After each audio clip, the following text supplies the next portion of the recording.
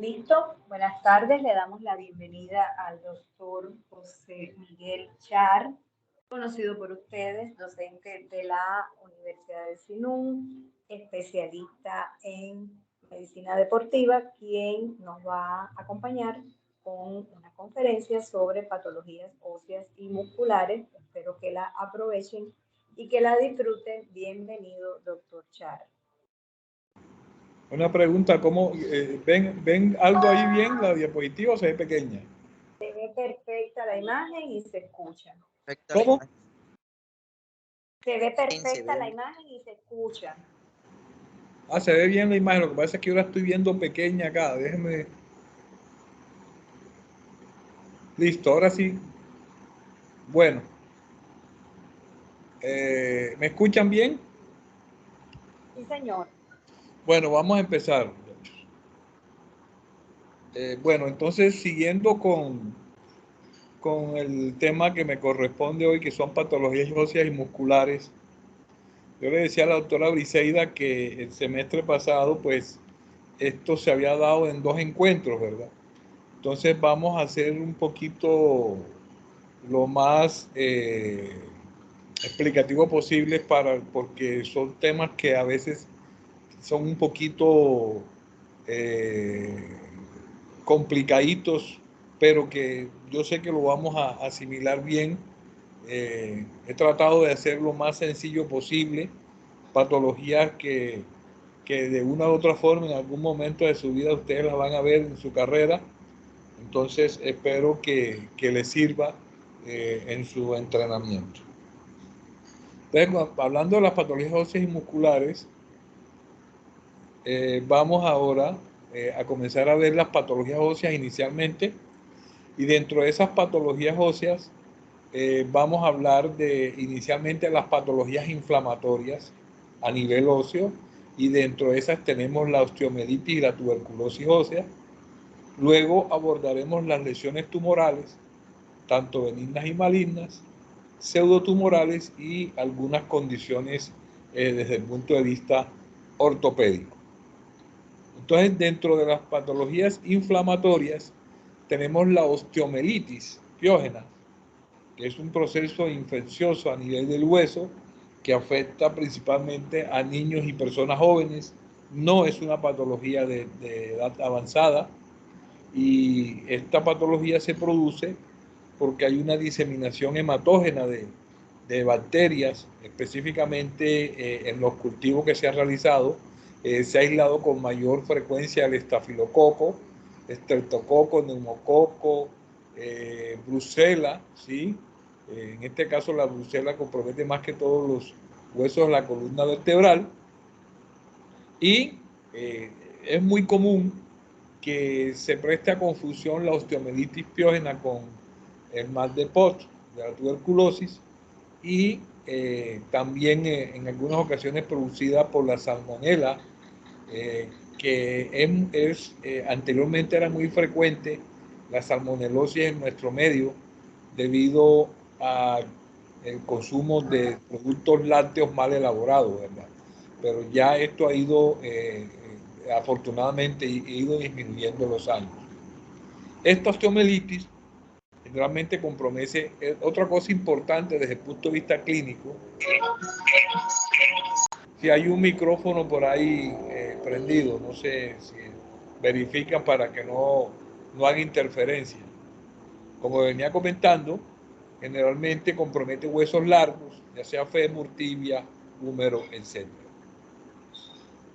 Dentro de la etiopatogenia, como les había comentado, el germen que más se aísla en los cultivos es el Staphylococcus aureus, un 80%, el Streptococcus B, E. coli, y ya en menor frecuencia el Streptococcus pneumoniae, Haemophilus influenza, Salmonella, Brucella, Pseudomonas aeruginosa. Incluso también puede ser producida por micobacterias y también por hongos. La patogénesis, pues los microorganismos, como ellos colonizan la metáfasis del hueso, ahora vamos a ver en unas imágenes qué es lo que sucede. Esos microorganismos luego comienzan a descender a través de toda la cortical del hueso y comienzan a hacer un proceso de levantamiento del periósteo, y ese levantamiento del periósteo hace que se produzca un absceso, se comienza a presentar un absceso que muy localizado, llamado absceso de Brody, así se llama, que es lo que se llama una osteomelitis localizada, el absceso de Brody. Esto lleva a que se ocluyan, lógicamente, cuando se forma el absceso, se ocluyen los vasos que nutren esa zona del periósteo, lo que causa isquemia y posteriormente necrosis. Ya ese tejido necrosado actúa como un cuerpo extraño en ese sitio, y después de eso pueden pasar dos cosas, como vamos a ver. Aquí en esta imagen vemos que este es el periósteo, ¿verdad? La corteza, y si estamos viendo aquí, vamos viendo la parte inicial, que es la infección inicial localizada, que es el pequeño absceso que se forma en este sitio, en la región cortical. Luego, la infección progresa más, ¿verdad? Llegando al subperiósteo y, lógicamente, abarcando también todo el periósteo. Y por último, ya hay una infección difusa, ¿verdad? Con un secuestro en el tracto del hueso. Aquí hay una zona de secuestro, y aquí puede haber escape incluso de material purulento, y se puede formar una fístula en este sitio. Y es lo que llamamos el secuestro. Es ese tejido, como les había mostrado yo acá en la diapositiva anterior, ¿verdad?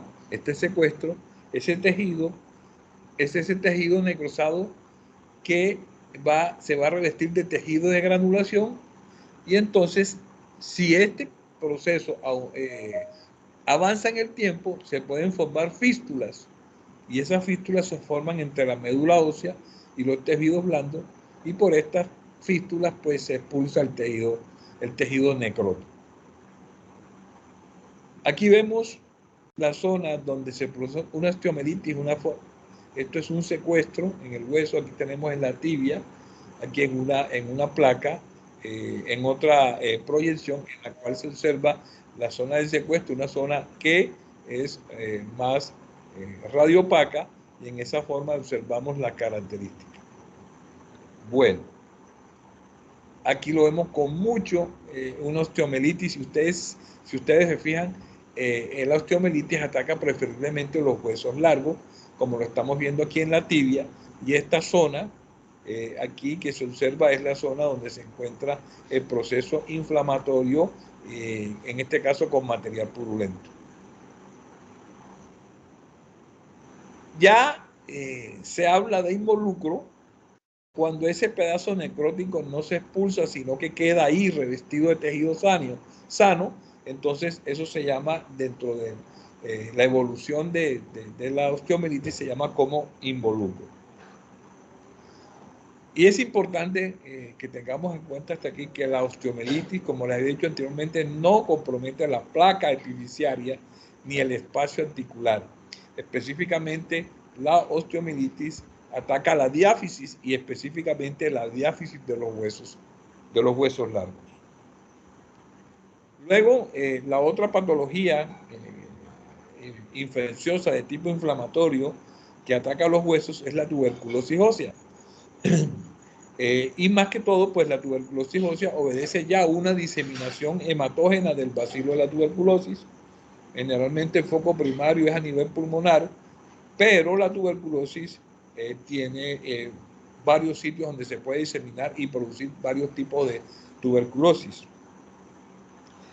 Se caracteriza la tuberculosis ósea, como estamos viéndolo aquí, porque afecta más que todo a niños, jóvenes, y compromete la parte distal de los huesos largos. Entonces, aquí estamos haciendo ya de entrada una diferenciación entre estos dos procesos inflamatorios a nivel del hueso. En el primero, en la osteomelitis, se comprometía más que todo la diáfisis, la parte central del hueso largo, mientras que en la tuberculosis ósea compromete la parte distal de los huesos largos, pero de la parte distal, no de la parte media, sino de la parte distal de los huesos largos, como el húmero, fémur, tibia, etc. Y además de eso, y hablando del MAD de Pot, la tuberculosis ósea puede comprometer la columna vertebral, el llamado mal de Pot, y específicamente tiene predilección la tuberculosis ósea a nivel de la columna por la columna lumbar. Y una de las características importantes desde el punto de vista fisiopatológico de la tuberculosis a nivel de la columna lumbar es que deforma los huesos y se puede formar un acceso entre estas estructuras óseas característicos de la tuberculosis ósea. En esta tabla, miren ustedes que observamos cómo sería la localización de la tuberculosis osteoarticular en 47 pacientes. Si nosotros vemos el mayor porcentaje incluso de localización de la tuberculosis es a nivel de columna, y cuando es en columna, específicamente en columna lumbar, luego le sigue en orden de frecuencia cadera, pie, tobillo, rodilla, mandíbula y codo. Este es el orden de frecuencia. Entonces, de lejos, el sitio de localización más frecuente de la tuberculosis ósea es a nivel de columna. Si tienen alguna pregunta, por favor, la hacen, no hay ningún inconveniente. Con mucho gusto yo si puedo, se las puedo resolver. Aquí vemos en el caso, por ejemplo, la tuberculosis ósea en mal de Pot. Aquí está el absceso que se forma a nivel del cuerpo vertebral, que es un absceso frío, hay un material blanquecino y gaseoso, ¿verdad?, en esta zona, e incluso se puede formar un absceso y este absceso puede drenar, en este caso del cuerpo vertebral, puede producirse drenaje de este absceso y en algunos casos, incluso con tratamiento médico, con tratamiento con medicamentos antituberculosos, puede volverse un proceso crónico y que puede tener recurrencias a largo plazo. Aquí en una resonancia de columna vertebral vemos cómo en esta zona, donde se ve más oscura la imagen, es una zona que específicamente es un paciente con una tuberculosis que atacó la columna vertebral, y vemos cómo esta zona cambia completamente la configuración del cuerpo vertebral en un paciente, esto es un paciente de 52 años, en el cual se le hizo un diagnóstico de tuberculosis ósea y específicamente con compromiso de la columna vertebral. Entonces, ya hablando de esos dos procesos inflamatorios a nivel óseo, entonces vamos a hablar de las lesiones tumorales que se presentan en el hueso. Entonces, hay que tener en cuenta algo importantísimo desde el punto de vista médico, y es cómo se aborda el diagnóstico de los tumores óseos, ¿verdad? Entonces, generalmente los profesionales implicados es un radiólogo, ortopedista, patólogo, que generalmente abordan el paciente para un diagnóstico adecuado. Asimismo, cuando nosotros vamos a estudiar tumores óseos, se hace un estudio de la evolución de la enfermedad como tal, la edad en que ataca, y algo muy importante es la localización, porque muchos tumores óseos tienen localización diferente, así como atacan a edades diferentes, y la evolución tampoco es la misma. Podríamos decir, ¿verdad?, que los tumores benignos pues tienen una evolución larga, debido a que estos tumores óseos, así como la mayoría de los tumores que son benignos, la mayoría, no todos, tienen un crecimiento lento, una evolución larga, mientras que los malignos tienen una evolución corta porque el crecimiento es mucho más rápido. Y además de eso, sí es importante tener en cuenta como regla general que a nivel del hueso todos los tumores pues producen masa, dan masa, producen dolor, y además de eso también pérdida de la función. Y más que todo, cuando nosotros hablamos de aquellos tumores que se presentan a nivel de epifisiario o cerca de la articulación, pues lógicamente que la pérdida de función va a ser mucho mayor.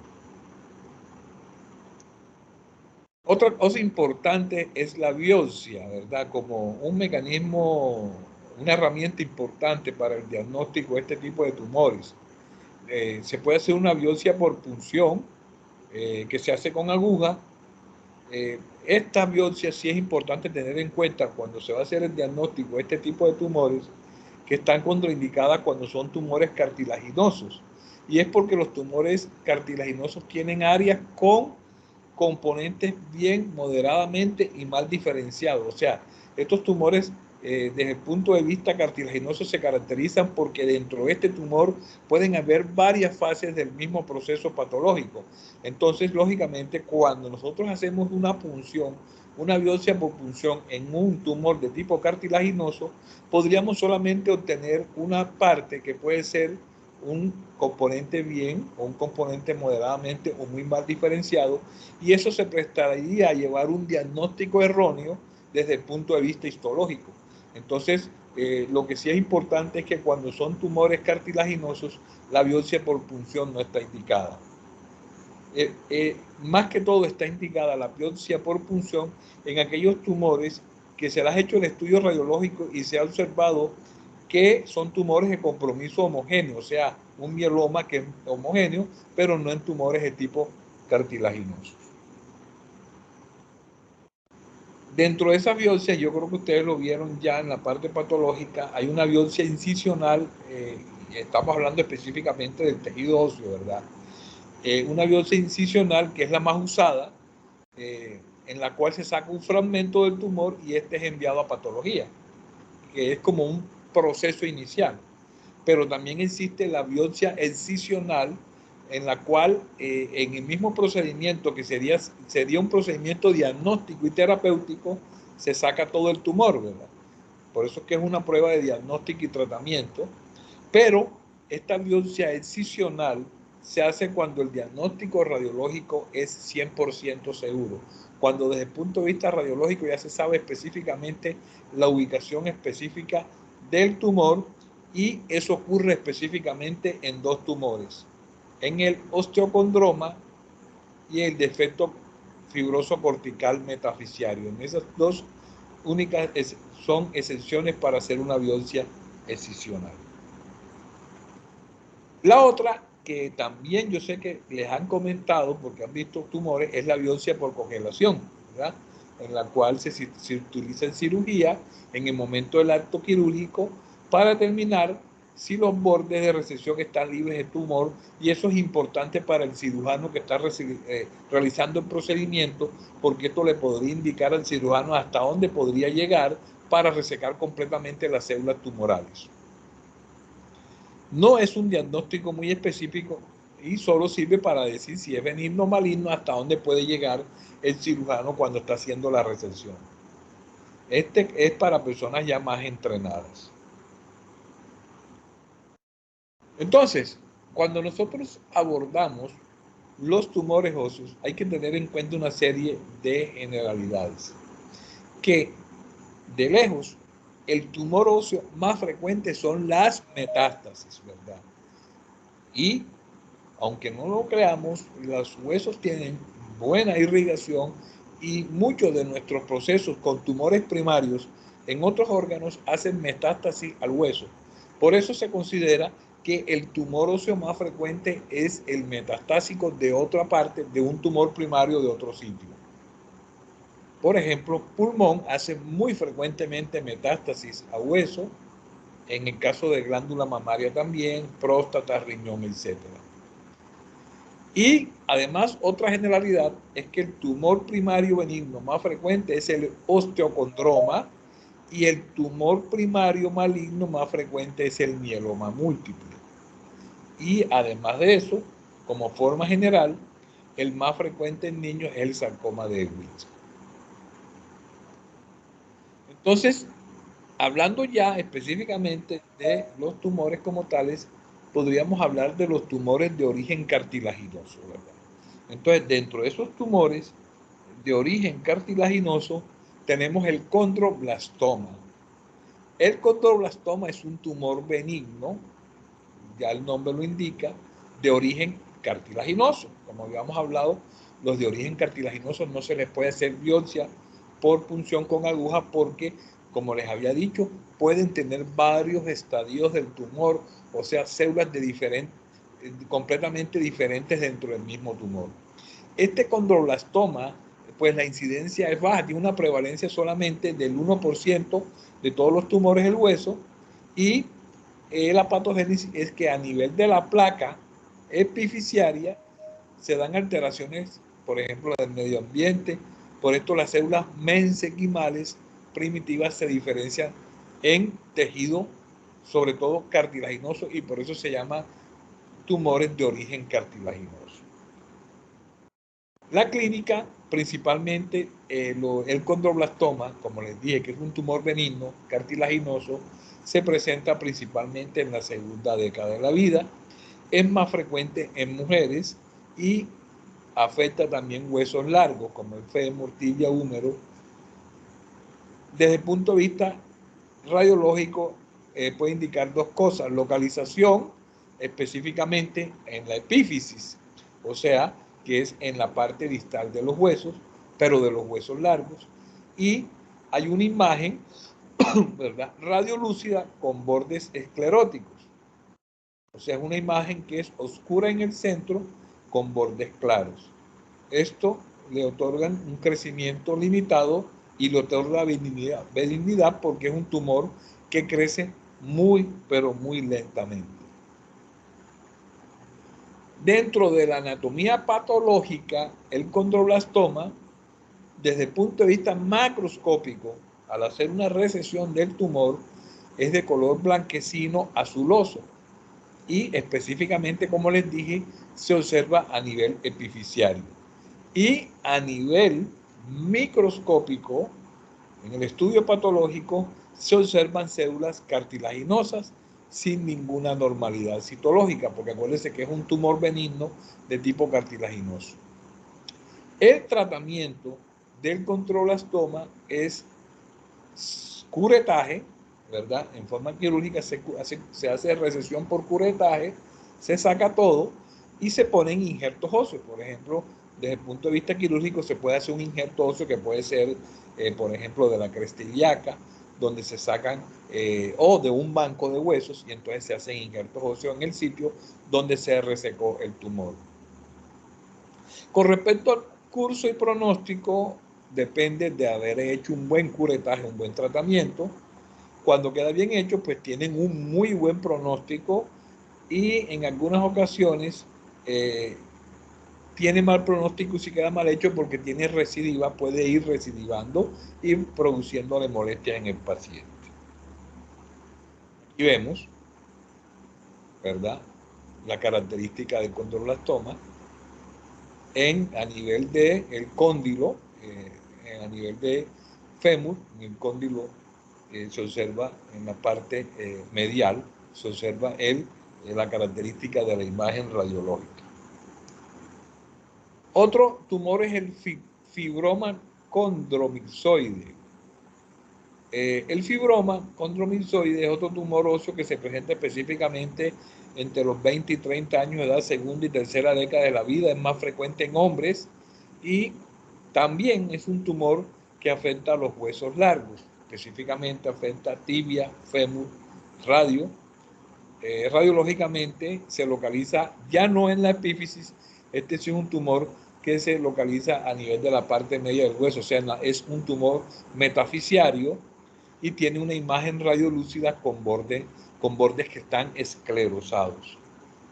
Ese fibroma, desde el punto de vista microscópico, como se observa a nivel patológico, tiene un estroma que es milzoide, o sea, laxo, muy, muy mucinoso, tiene células cartilaginosas, y lo más característico es que ese estroma crece como en forma de lóbulos, ¿verdad?, separados, y esos lóbulos están separados por bandas de tejido fibroso, y por eso es el nombre de fibroma condromyxoide, ¿verdad?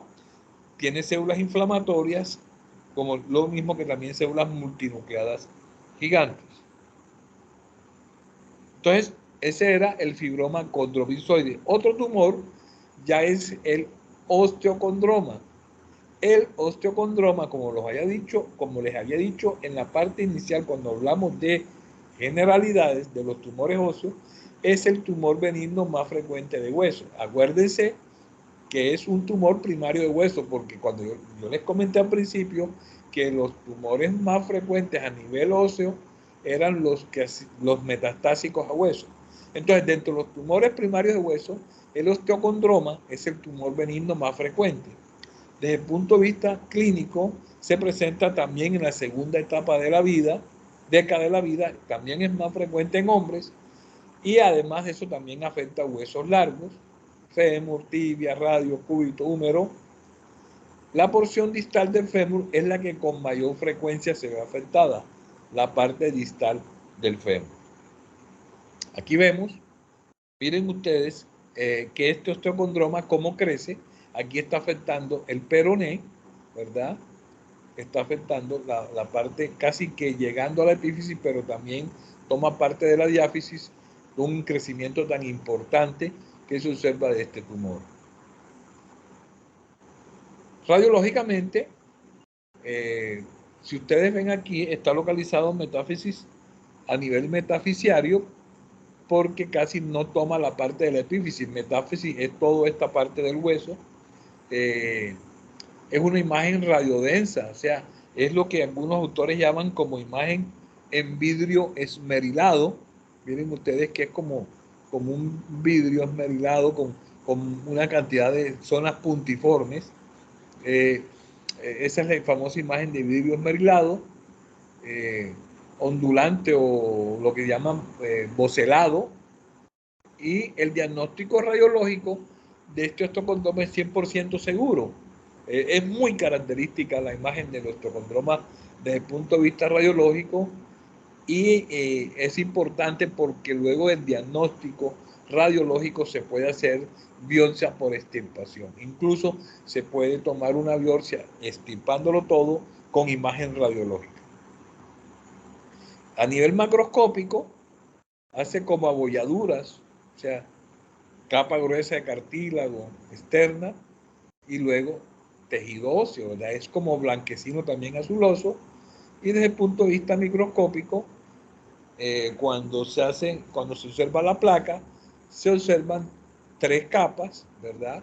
Una de afuera hacia adentro, otra capa fibrótica, una de cartílago y por último la capa de hueso. Doctor, una pregunta. Sí, ¿cómo no? ¿Cuándo hablamos de amputaciones? ¿Cómo? No te escucho bien. O sea, ¿cuándo podemos considerar amputaciones?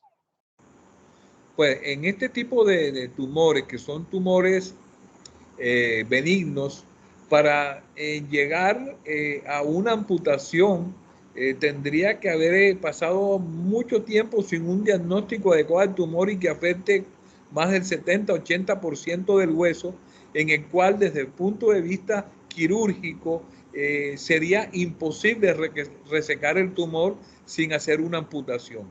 Afortunadamente, estos tumores tienen un crecimiento lento y tienen espera para hacerle un procedimiento de extirpación. Sería ya cuando el tumor ha avanzado en forma importante, que abarque un gran porcentaje del hueso, como para pensar en estos pacientes en hacer amputación. No sé si te quedó claro, ¿no? Gracias, doctor. Bueno. Tratamiento, pues, como le digo, pues una biopsia y se hace inmediatamente la extirpación. Y el curso y el pronóstico, pues, lo que hay que tener en cuenta con el osteocondroma, y por eso es que es importante hacer el procedimiento quirúrgico lo más rápidamente posible cuando se hace el diagnóstico, es que el osteocondroma sí se puede malignizar a un condrosarcoma. Cuando es solitario puede tener un 3% de malignidad. Por eso es que estos pacientes, luego que se hacen el procedimiento quirúrgico de biopsia por extirpación, a estos pacientes hay que hacerle un seguimiento los primeros años desde el punto de vista radiológico. Y fíjense ustedes que cuando ya tenemos varios osteocondromas, cuando son múltiples, ya la probabilidad de que se desarrolle en un condrosarcoma que es maligno, entre un 25% de malignidad. Por eso es la importancia de un diagnóstico rápido y un tratamiento, una biopsia con extirpación lo más rápidamente posible. tenemos la muestra ya por biopsia, por extirpación, las características de la coloración desde el punto de vista macroscópico del tumor. Luego tenemos otro que es el encondroma. Es cartilaginoso. Este crece dentro de la médula del hueso, o sea, es medular. Dentro de ese encondroma, ustedes pueden buscar en los libros de patología, y dentro de ese encondroma se pueden presentar dos diferentes que se llaman enfermedad de Ollier, ¿verdad? Y esta enfermedad de Ollier, que son múltiples encondromas que afectan una extremidad. Sí, en este caso pueden incluso deformarla y acortarla. Y el otro es el síndrome de Maffucci, que puede cursar con hemangiomas, o sea, tumores vasculares cutáneos, más la enfermedad de Ollier. O sea, que lo único que diferencia es que el Ollier son múltiples encondromas, pero cuando esos encondromas además se manifiestan a nivel dermatológico con hemangiomas cutáneos, entonces se establece el síndrome de Maffucci. Dentro del punto de vista clínico, puede atacar desde la segunda hasta la quinta década de la vida. Este sí es un tumor más frecuente en mujeres. Todo no podía tocarnos nosotros los hombres, es más frecuente en mujeres y afecta, a diferencia de los otros tumores que hemos hablado del hueso, el encondroma afecta a huesos cortos, especialmente en mano y pie. El encondroma, radiológicamente, es una imagen que vamos a ver ahora, es una imagen radiolúcida intramedular con bordes escleróticos. Los hemangiomas son de tipo cavernoso si se acompañan de hemangiomas, como en el síndrome de Maffucci. Aquí vemos un encondroma, acuérdense que son en huesos, no son en huesos largos, aquí tenemos a nivel de los dedos, ¿verdad? Y aquí sí encontramos un encondroma en hueso largo, específicamente a nivel de la parte distal del fémur. Luego llegamos al condrosarcoma. Es el segundo tumor más benigno después del mieloma.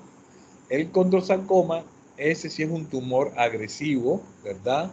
Principalmente se presenta en la sexta década de la vida, es más frecuente en hombres, y el condrosarcoma se caracteriza por afectar a los huesos planos, por ejemplo, a nivel de pelvis. Se puede afectar también el omóplato. Radiológicamente es una imagen radiopaca irregular.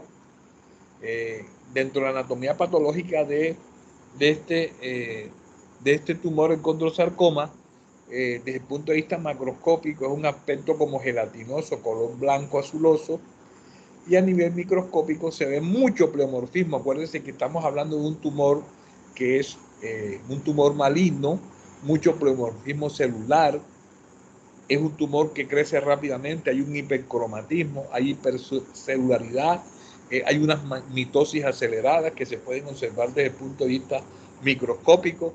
Aquí vemos, esto es un paciente con un osteosarcoma. Miren la característica a nivel de omóplato, cómo afecta todo esto, pues, pero también puede afectar la tibia, este tipo de tumor. Es muy maligno dentro de los tumores primarios que se presentan en el hueso, principalmente, acuérdense, en la segunda década, más frecuente en hombres. Afecta huesos largos, que puede ser femutibia. Un momentico y me devuelvo aquí, que aquí me continué con el condrosarcoma, pero ya estamos en otro tipo de tumor que es osteosarcoma, ¿verdad? Y este sí es un tumor bastante agresivo, el osteosarcoma. Es el más maligno de todos los tumores. Dentro de los tumores malignos, el más agresivo del hueso es el osteosarcoma. Y tiene una característica que se presenta generalmente en personas jóvenes, segunda década de la vida, más frecuente en hombres. El osteosarcoma afecta a los huesos largos y es un tumor pero de muy difícil manejo. Casi que cuando nosotros tenemos un paciente que acude a consulta por molestias producidas por este tumor, ya este tumor ha producido metástasis a distancia.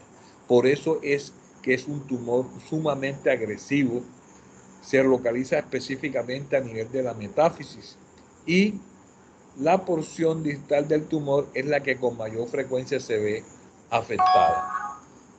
Aquí vemos la característica. Esto es un tumor que produce gran deformidad a nivel del hueso, ¿verdad? Miren ustedes, en este paciente acude ya con un osteosarcoma que ha crecido en forma importante a nivel de la región tibial proximal. Esos son tumores de gran crecimiento y estos tumores, cuando tienen ya este crecimiento aquí, lo más probable es que es un tumor que ya es una enfermedad sistémica porque ya ha producido metástasis a distancia. La anatomía patológica de este tumor, microscópicamente, un elemento histológico clave es la formación de osteoides. Se ve rosado, hay marcado pleomorfismo, o sea, células de diferente tamaño. Curso, pues, estos tumores, la verdad, sobre todo el osteosarcoma, que es uno de los tumores más malignos desde el punto de vista óseo, anteriormente, dentro del curso y el pronóstico, antes tenían un mal pronóstico. El pronóstico ha mejorado y específicamente el pronóstico ha mejorado por las técnicas de imagen que tenemos para diagnóstico y para el avance que se ha tenido en los medicamentos. Pero es un tumor de mucho cuidado, sobre todo si el diagnóstico no se hace a tiempo, y es un tumor que frecuentemente da metástasis a nivel pulmonar. Dentro de las condiciones ortopédicas, quise traerle el ganglión, ¿verdad? El ganglión, pues esto es benigno, el ganglión es un quiste que no tiene revestimiento, que se encuentra en la articulación, específicamente en la articulación de la muñeca, es en el dorso de la muñeca donde más se presenta el ganglión. Hay degeneración misoide y mucoide de colágeno con bandas tendinosas y este ganglión generalmente se forma como un quiste y se llena de material mucoide. Tiene una característica, que este ganglión aparece y desaparece. La persona dice, se lo toca en el dorso de la mano y puede durar un tiempo que desaparece y luego nuevamente aparece el ganglión en ese sitio. Ese quiste, cuando se extrae quirúrgicamente, tiene un color blanco nacarado debido a ese material mucoide. Aquí vemos persona característica con el ganglión, ¿verdad? Es un quiste que se forma del hueso y él tiene un cuello. Específicamente, la cirugía consiste en ligar este cuello y resecar ese quiste que se presenta por formación de material mucoide. Otro es el quiste de Baker. El quiste de Baker específicamente se produce por herniación de la sinovial al espacio articular. Entonces, cuando se produce herniación de esa sinovial, ese espacio articular se llena de un material mucoide y ese está revestido por células de la sinovial. Generalmente, el quiste de Baker, el sitio preferible en el 99% de los casos, se presenta en el hueco popíteo. Aquí vemos quiste de Baker. El quiste de Baker, miren ustedes aquí, está muy relacionado con lesiones. Los pacientes que tienen lesiones a nivel meniscal, sobre todo el menisco medial, debido a que cuando hay ruptura del menisco, puede haber comunicación de este material mucoide y este material mucoide se forma una especie de fístula y esa fístula forma el quiste de Baker en este sitio y el paciente consulta porque siente una masita en la región posterior de la rodilla y esa masita en algunas ocasiones es dolorosa. El tratamiento pues es quirúrgico, haciendo ligadura de este cuello con material absorbible y se extrae completamente el quiste de Baker. Dentro de las patologías infecciosas del hueso, pues no estaría de más hablar de la artritis piógena, ¿verdad? En este caso, la artritis producida por un microorganismo infeccioso y en este caso la articulación va a estar llena de material purulento, que puede ser una artritis tuberculosa, que ya habíamos hablado anteriormente, se forman los granulomas de tuberculosis, o puede ser una artritis incluso producida por hongos. Aquí vemos, en el caso de la artritis séptica, tendríamos que tener en cuenta una serie de consideraciones. En el caso de la artritis séptica, es una urgencia médica. Entre más rápido actuemos en la artritis séptica, más rápido o menos efectos colaterales o efectos deleterios para la articulación se van a tener, sobre todo para el cartílago articular, ¿verdad? Por eso es que se caracteriza la artritis séptica, que es monoarticular, ¿verdad? Se produce artralgia, hay edema, hay además eritema, o sea, enrojecimiento, y también el paciente, sobre todo cuando es en rodilla, como es la más frecuente, el paciente tiene rigidez, o sea, hay trastorno funcional. Entonces, si tenemos una monoartritis más fiebre, y si nosotros hacemos un estudio del líquido sinovial, podemos encontrar leucocitos que pueden ser mayor de 50.000 a expensas de polimorfonucleares, y eso lo podemos corroborar con un gran incultivo. Generalmente, cuando nosotros abordamos la artritis séptica, se puede afrontar, si son cocos gram positivos, pues tenemos la vancomicina; si son gram negativos, la ceftriaxona, que es una cefalosporina; bacilos, si es bacilos gram negativos o gram positivos, entonces vamos a abordar, lógicamente, cuando se hace el cultivo, se hace un antibiograma y sabemos qué antibiótico podemos utilizar, ¿verdad?, para el manejo de la artritis. Entonces, eso era más o menos un abordaje. Yo sé que este es un tema bastante extensísimo, sería un tema para muchas clases sobre la patología ósea, pero quise traerles para que tuvieran un conocimiento pues, más cercano sobre las patologías óseas. Luego vamos a abordar entonces las patologías musculares. No sé si tienen alguna pregunta hasta este momento con respecto a las patologías óseas.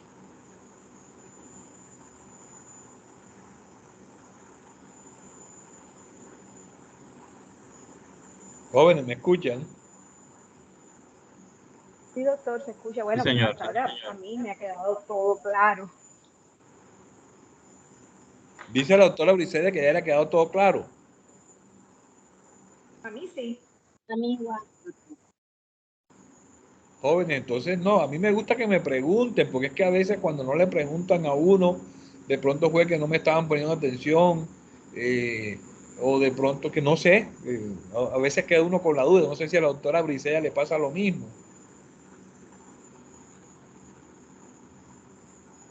Doctor, buenas noches.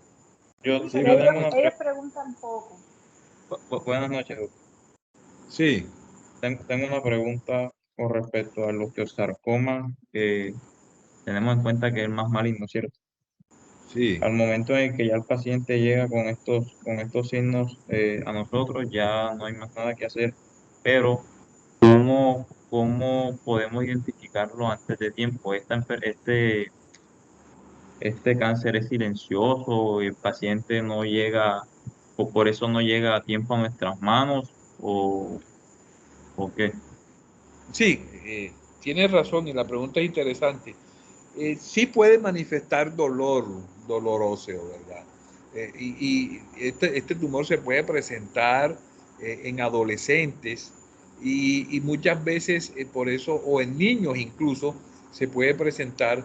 Y yo no sé si ustedes han oído hablar de que no, que el niño tiene dolor en las piernas debe ser crecimiento, ¿verdad? Entonces se quedan con esa creencia popular que no, que el niño está creciendo, entonces le duelen los huesos. Todo persona que manifieste dolor en un hueso, y específicamente en un sitio de un hueso específico, esta persona hay que estudiarla, y por lo menos hay que hacerle un estudio radiológico, porque como les decía yo, En algunas ocasiones este tipo de tumores que tienen un crecimiento tan rápido y son tan agresivos, cuando el paciente manifiesta una molestia o dolor, ya estos tumores han hecho metástasis.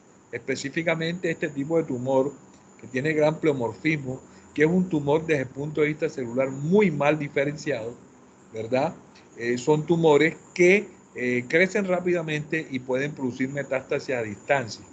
Y es más, en aquellos casos donde se ha hecho un diagnóstico temprano y oportuno, son diagnósticos que han sido incidentales, que de pronto la persona consulta por X o Y motivo y se le pide una radiografía y ahí se observa una pequeña masa y el radiólogo es muy juicioso y entonces se hace un estudio más importante y allí podríamos hacer mucho por ese paciente. Por eso que es importante ante cualquier dolor, y nosotros como médicos, sobre todo ustedes ahora, y cuando terminen, que están en atención primaria en salud, el dolor óseo hay que estudiarlo. Cuando una persona comienza a manifestar dolor, sobre todo personas entre la primera, segunda y tercera década de la vida, estas personas hay que estudiarlas en forma juiciosa porque podríamos hacer un diagnóstico relativamente temprano. Eso yo tengo una historia, yo me acuerdo, yo estuve hospitalizada en un accidente de tránsito y al lado me tocó una niña, o sea, como esa niña tendría como 8 o 9 años, le tuvieron que hacer una amputación a nivel de la coxofemoral. Eso nunca se me va a olvidar porque yo estaba pequeña también. Y fue por eso, porque no, que le duelen las piernas, no, porque está creciendo. Entonces, ustedes ya saben, una radiografía no cuesta nada, es un examen que es realmente barato, podríamos decir, comparado con otros estudios de imágenes e incluso otros estudios de laboratorio. Entonces, no Claro. pasen por alto esto. Y es importante, ¿no? Ustedes que están en médicos de formación, que vayan teniendo esa visión de que cuando un paciente le duele hay que estudiarlo. El paciente hay que estudiarlo. Si nos equivocamos, listo, nos equivocamos. Si no era nada, listo, no era nada. Pero ante la duda es mejor estudiar al paciente, porque así nosotros podemos hacer diagnósticos tempranos y esto definitivamente mejora la sobrevida de nuestros pacientes. Bueno, Muchas gracias. bueno. Entonces vamos a abordar la patología muscular, ¿verdad? Y yo quise abordar la patología muscular, la quise abordar inicialmente dentro de la unión neuromuscular, o sea, aquellos trastornos que ocurren en la unión neuromuscular y que invariablemente nos van a producir sintomatología a nivel muscular. Y uno de esos es la esclerosis múltiple, ¿verdad? Y empezando aquí, la esclerosis múltiple es un desorden autoinmune. Imagínense yo hablando de desorden autoinmune delante de la doctora Briseida. Qué locura. Entonces, esto es una enfermedad autoinmune en la cual se produce destrucción de la... Acuérdense que nosotros tenemos la capa de mielina y esa capa de mielina nos recurre a nuestras neuronas a nivel del cerebro y en la espina dorsal, y esto hace que se altere la transmisión, del impulso nervioso, el potencial de acción, porque precisamente la vaina de mielina lo que favorece es la transmisión del impulso nervioso. Entonces, lógicamente, al haber destrucción de esta vaina de mielina, el paciente va a manifestar debilidad muscular, espasticidad, va a haber hiperreflexia, hay parálisis de extremidades, dificultad a caminar, y esto puede iniciar poco a poco y se va aumentando en la medida que pase el tiempo. Pueden haber hasta 4 tipos de síndromes en los cuales se produce esclerosis múltiple. En el mundo pueden haber de 1.1 a 2.5 millones de personas que pueden sufrir de esta enfermedad, ¿verdad? Más común lejos de la línea ecuatorial, o sea que es cuando nos acercamos más hacia los polos, la enfermedad es más común. Afortunadamente, nosotros nos encontramos casi que en la línea ecuatorial. En la medida que nos vamos alejando de la línea ecuatorial, la enfermedad es menos común, ¿verdad? O sea, en la zona de nosotros. genéticamente hay ya ligado a unos antígenos de histocompatibilidad, ¿verdad? También algunos autores han hablado de factores como el virus de Epstein-Barr, trastornos de la vitamina D y también el consumo de cigarrillos. Pero esto no está comprobado. Entonces aquí, acuérdense usted que tenemos unas células T, ¿sí? No digo que aquí, células T reactivadas ya secretan sustancias que activan astrocitos, microglias, macrófagos, células B. Y lo que sucede específicamente aquí, y que tenemos que las células B secretan anticuerpos que producen desmielinización neuronal. Específicamente aquí es el problema en estas células B que producen anticuerpos que atacan precisamente, como es una enfermedad autoinmune, atacan precisamente a las neuronas y entonces estos astrocitos, microglias y macrófagos secretan sustancias que producen desmielinización neuronal y específicamente esto es lo que causa todos los síntomas que implican pues la actividad muscular de nuestro paciente. La otra que también han oído hablar ustedes, que es la ELA, esclerosis lateral amiotrófica, o también la enfermedad llamada de Leu-Gehrig, enfermedad de Leu-Gehrig, desorden, es un desorden específico de las neuronas motoras, ¿verdad? O sea, tiene que ver con nuestro movimiento, placa motora, y ataca los músculos voluntarios. Los primeros síntomas son desapercibidos. La persona puede que inicialmente no sean desapercibidos en el sentido que poco a poco se va instaurando la enfermedad y la persona puede que comience que se le cae algo de la mano, que va, de pronto tiene algún pocillo y se le cae y ahí poco a poco va progresando hasta que va perdiendo rápidamente la capacidad para sostener los objetos. Ya luego si los síntomas progresan más rápidamente y pueden cursar ya con dificultad para tragar, disfagia, dificultad para hablar, disartria e incluso comienza a haber atrofia de la musculatura. El 90% de los casos que se presentan de esclerosis lateral amiotrófica son casos espontáneos y hay algunos genes asociados que son estos que se pueden relacionar con la esclerosis lateral amiotrófica. Con respecto a la epidemiología, la prevalencia de esta enfermedad es de 4.6 por 100.000 habitantes, ¿verdad? Y la incidencia 0.4, 1.8 por 100.000 habitantes al año. Esta es la incidencia por año, entre 0.4 y 1.8 por 100.000. La relación hombre-mujer es 3:1, o sea, es más frecuente en el sexo masculino que en el femenino. Y la afectación predominante de los 40 a los 70 años. Esta es la edad característica entre los 40. Pudo ser que la persona inició con síntomas muy bisagros antes de los 40 años y por eso se dice que la edad predominante donde comienza a manifestarse la sintomatología es entre los 40 y 70 años. Raramente se producen casos de los 30 años de edad, pero tampoco después de los 70 años. Y muchas veces los autores que consideran de que puede que la persona venga presentando algún progreso de la enfermedad, pero que solamente después de los 30 años se comienzan a presentar este tipo de manifestaciones, pero sí es rara después que aparezca después de los 70 años de edad. Y es una enfermedad pero muy agresiva, de muy mal pronóstico, ¿verdad? Miren que la supervivencia media a 3 años, ¿de qué depende la supervivencia? De la precocidad con la que se afecte la respiración, ¿verdad? También porque a lo que afecte los músculos respiratorios, pues lógicamente vienen todas las complicaciones, incluso hasta pacientes terminan en ventilación mecánica, pero este no es ninguna solución para su problema. Ahora, entre más temprano comience la patología, pues lógicamente que la supervivencia se va a afectar más, siendo más mortal, pues en personas entre más edad tienen y si comienza más rápido, pues la mortalidad es mucho mayor. Se considera, si la persona tiene menos de 45 años, la supervivencia es de más o menos 54.8 meses.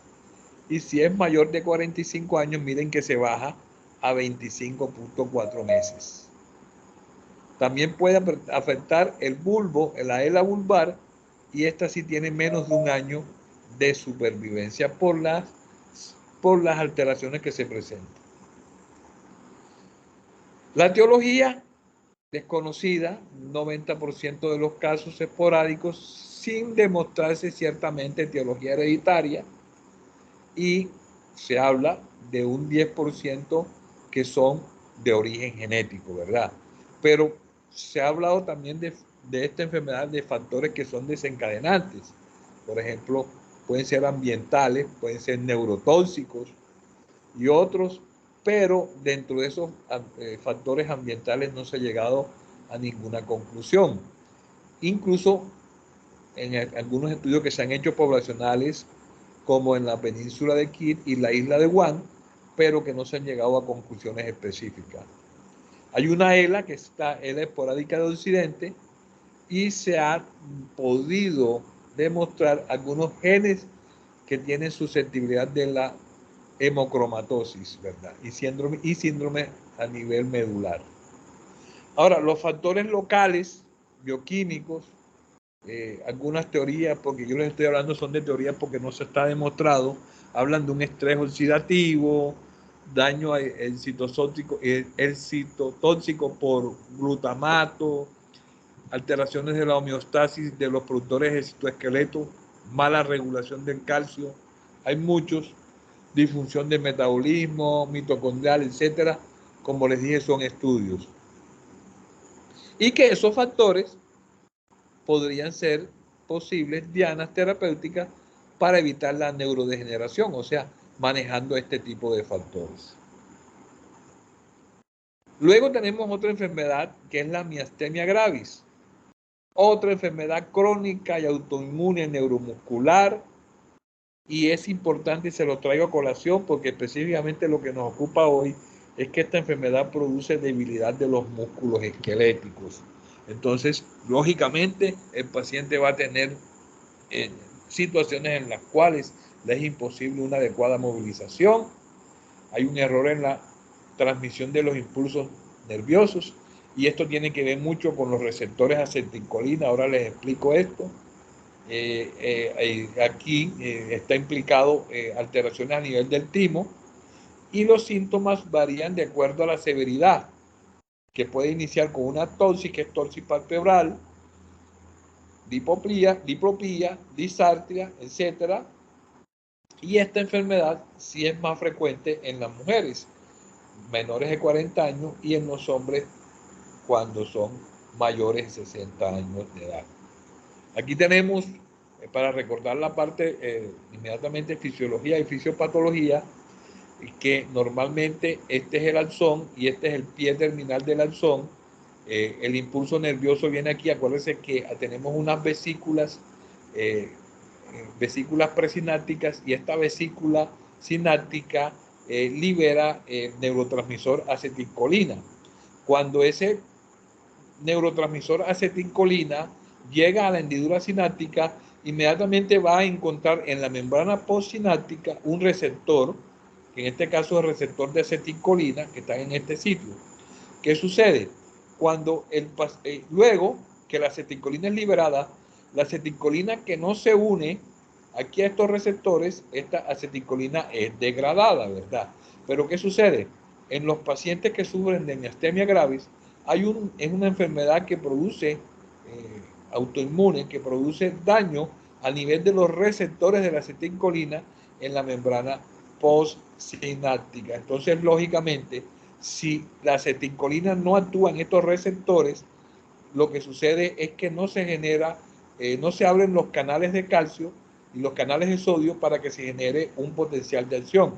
Recuerden que cuando se activan los canales de acetilcolina, esto hace que cambie el potencial de acción de la membrana, se abren los canales de sodio y eso inicia el potencial de acción en la fibra muscular. En un paciente que presente miastenia gravis, como estos receptores están afectados, no actúa la acetilcolina sobre estos receptores y entonces se disminuye la generación de potencial de acción, generando estos pacientes, pues lógicamente la toxis palpebral, la caída del párpado. Son pacientes que son hipotónicos, tienen muy poco tono muscular, hacerles el examen de tono muscular. La otra enfermedad es el síndrome de Guillain-Barré. Guillain-Barré, que existe hace mucho tiempo y también hay afección del sistema inmunológico que ataca las células de tipo periférico. En este caso hay debilidad muscular, pérdida de sensibilidad, parestesia, parálisis y dificultad respiratoria. Incluso hay un trastorno, puede haber un colapso de tipo circulatorio.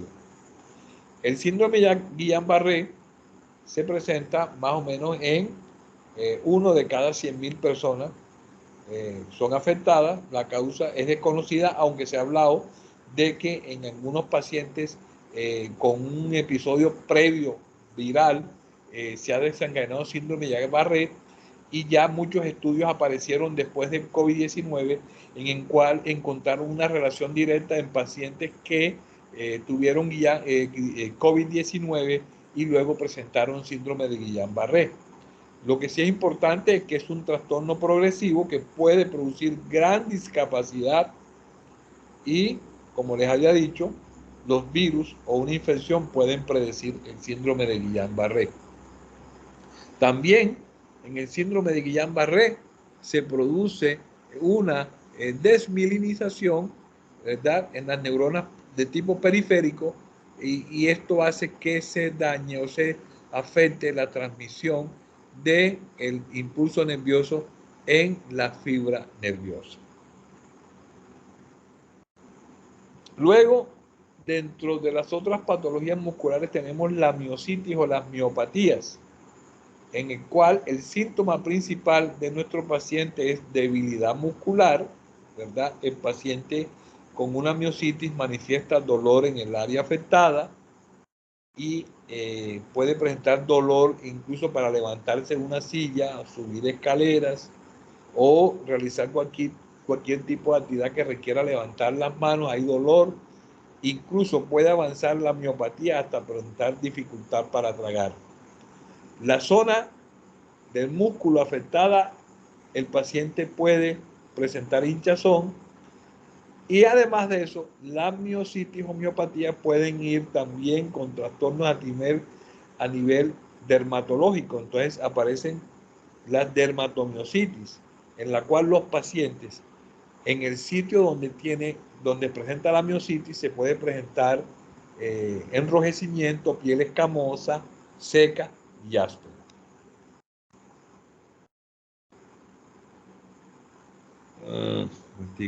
Aquí. Y entonces hay dos entidades que tenemos que encasillar, que son la dermatomiositis y la polimiositis. La dermatomiositis, o sea, cuando hay ya incidencia a nivel de la piel, se presenta más que todo a nivel de la infancia y la adultez. Hay un exantema, y ahora revisamos cuál es el exantema que se presenta en la dermatomiositis. Si se hace una biopsia, hay inflamación en el perimecio, ¿verdad?, y perivascular, y además hay atrofia a nivel de los fascículos musculares. Si se toma una muestra, en el infiltrado se presentan linfocitos CD4, células B y dendríticas, y clínicamente la dermatomiositis se caracteriza por una debilidad simétrica, o sea, a nivel muscular, y como es dermatomiositis, el paciente va a tener pálpulas, las famosas pálpulas de Gotrón y el signo del Chal, un exantema heliotropo. Vamos a ver, ahora les muestro cuáles son esas alteraciones, como las pápulas de Gotrón y el signo de Chal. En cambio, que en la polimiositis se presenta más que todo en la adultez, no hay exantemas, no hay compromiso dermatológico, El infiltrado es igual perivascular, linfocitos CD8, macrófagos dendríticas, y también cursa con debilidad muscular, es simétrica, más que todo de tipo proximal, progresiva y dificultad incluso para respirar y tragar. Para el caso de la dermatomiositis, estas son las pápulas de Grotón, y este es el signo de Char que se presenta específicamente, miren ustedes, y completa, como si el paciente hubiese estado en playa, ¿verdad? Este es el signo del escote o el signo de Char, característico de estos pacientes con dermatomiositis. Otra patología es la fascitis necrotizante. La fascitis necrotizante, pues, es una infección bacteriana que luego pasa al músculo, ataca la fascia muscular y precisamente ataca el músculo. Es causada específicamente por el Streptococcus del grupo A, Clostridium, Staphylococcus aureus, y se infiltran en las capas de la fascia muscular, produciendo hialuronidasa y o proteasa de cisteína. Esto hace que se rompa la matriz extracelular y es una afección bastante agresiva que, si no se trata a tiempo, fácilmente puede haber necrosis muscular. Aquí vemos este paciente que tuvo una fascitis necrosante de la pierna, ya está en fase de granulación, y si vemos la otra diapositiva, vemos este paciente con una fascitis necrosizante. Miren ustedes cómo se perdió completamente el músculo en este paciente debido a que es una patología muy agresiva. En ocasiones, cuando se sospecha una fascitis necrotizante, lo que se hace es que hay unos aparatos que miden la presión a nivel de músculo, y entonces, si la presión es exagerada, se hace una fasciotomía. ¿Qué quiere decir una fasciotomía? Se corta la zona para liberar de presión, porque la fascia está generando una presión excesiva en el músculo, y al generar esa presión tan excesiva en el músculo, corta la irrigación hacia el músculo y el músculo comienza a necrosarse. Entonces, muchos pacientes, cuando tienen traumas severos a nivel de extremidades y el paciente acude con dolor severo, hinchazón severa y dolor que el paciente no tolera, lo más probable es que el paciente esté iniciando una fascitis necrotizante. En esos casos hay que hacer la fasciotomía, hay que hacer corte de la fascia, porque si no, esto progresa a una necrosis.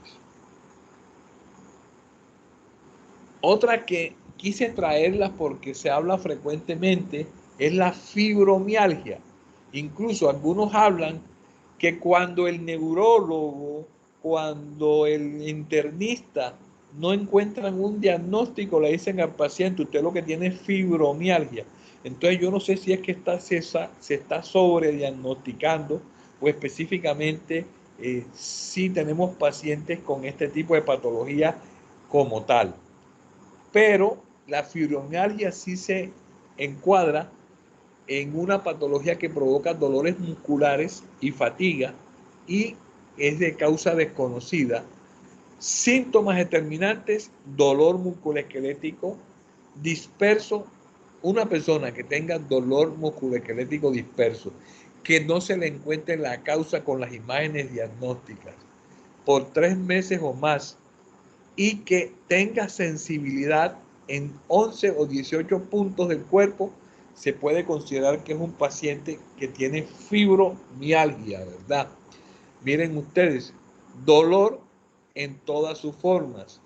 Y estamos hablando aquí que el 4% de la población mundial está diagnosticada de fibromialgia, que el 90% se presenta en mujeres en edad reproductiva, el 60% de los pacientes está relacionado con depresión, 40% tienen trastornos de ansiedad, y incluso en este estudio que se hizo en México, el 2.5% de la población mexicana lo producían. Los puntos de gatillo son estos: en la región anterior, la base del cuello, región anterior del tórax, a nivel del pliegue de los codos, y a nivel de ambas rodillas. En la parte posterior, toda la región occipital, toda la región superior del tórax en región posterior, la región lumbar y la región a nivel glútea inferior. Entonces, la verdad es que la causa exacta no se sabe, puede ser tipo genético, inmunológico, neuronales, pero específicamente la causa no se sabe de fibromialgia, pero lo que sí se está demostrando es que cada vez hay más pacientes con este tipo de manifestaciones, con estos puntos de gatillo. Incluso los tratamientos actualmente están dirigidos a tratar a pacientes con antidepresivos. También se ha demostrado que los pacientes con personalidad tipo A, aquellos pacientes que son ansiosos, pacientes que todo el tiempo están preocupados, son pacientes que se han encontrado con una mayor incidencia de fibromialgia. Y otra patología que también se manifiesta en el músculo es la distrofia muscular de Duchenne, ¿verdad? La distrofia muscular de Duchenne es un desorden genético ligado al cromosoma X. Se dice que es una mutación del gen, que este gen codifica una proteína que es la distrofina, y en estos pacientes, pues como lógicamente es ligado al cromosoma X, hay una alteración en el cromosoma X, no codifican esta proteína, y esa proteína específicamente lo que realiza es un anclaje de las proteínas musculares en la membrana celular. Entonces no se produce un buen anclaje de las proteínas, lo cual la función muscular no es la adecuada. Es una enfermedad hereditaria, y acuérdense que está ligada al cromosoma X. Si tenemos un padre no afectado y la madre no afectada, pero el padre está afectado, se padece la enfermedad, y la madre siempre va a ser no portadora. La madre puede que tenga el gen, pero es no portadora, porque recuerden que las mujeres tienen 2 cromosomas X, mientras que nosotros tenemos un solo cromosoma X, los hombres. Puede suceder que tengan una hija no afectada, no portadora, tengan un hijo no afectado, ¿verdad? Tengan una hija no afectada, portadora, y específicamente el hijo con la distrofia muscular de Duchenne. En ese orden de ideas, la distrofia muscular de Duchenne, la mujer solamente es portadora, pero en el caso de nosotros los hombres podemos desarrollar los síntomas de la enfermedad. La distrofia, pues los síntomas característicos es debilidad muscular, lógicamente, dificultad para saltar, correr o subir escaleras, y específicamente esto se comienza a evidenciar desde tempranas edades de la vida. El niño comienza a caminar y 3 o 4 años de edad comienza a presentar dificultad para caminar.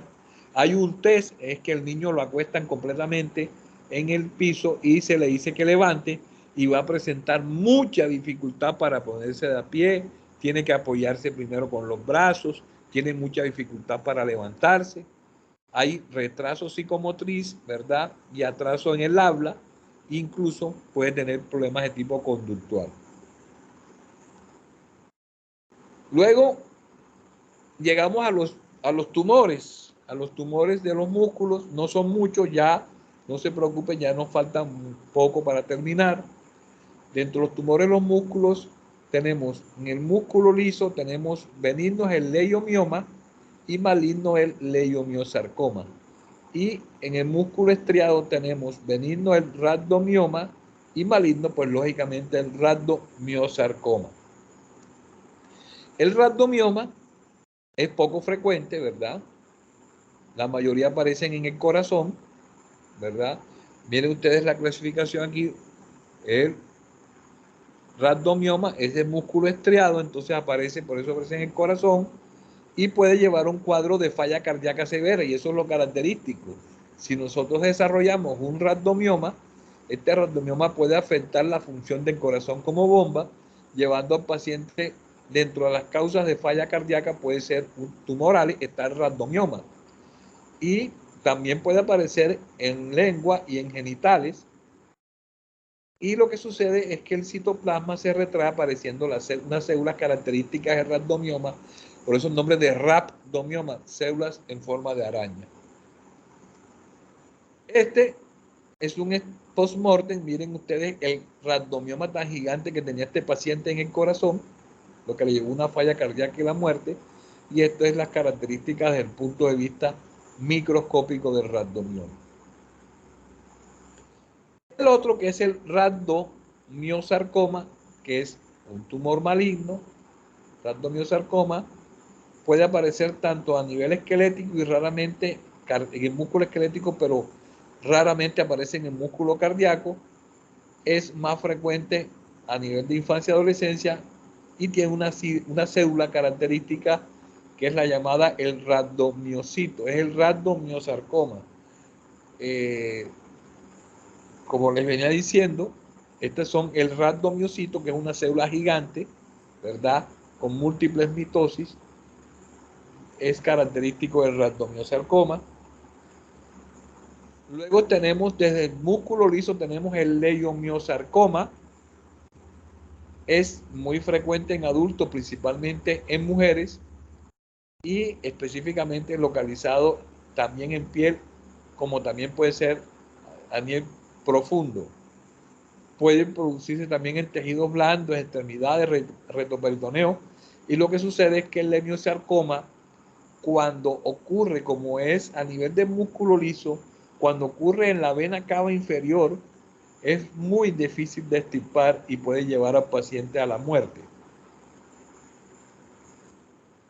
Este es un leiomiosarcoma uterino. Esta es la característica desde el punto de vista microscópico. Y miren ustedes este leiomiosarcoma tan grande que se encontró en el útero de esta mujer. Hasta aquí terminamos con la clase de hoy. ¿Preguntas? Bueno, antes de las preguntas, pues muchísimas gracias, doctor. Realmente muy bien explicado todo, muy claro todo. Pienso que les debe de ser muy útil a los chicos, pues toda la explicación. Una vez más,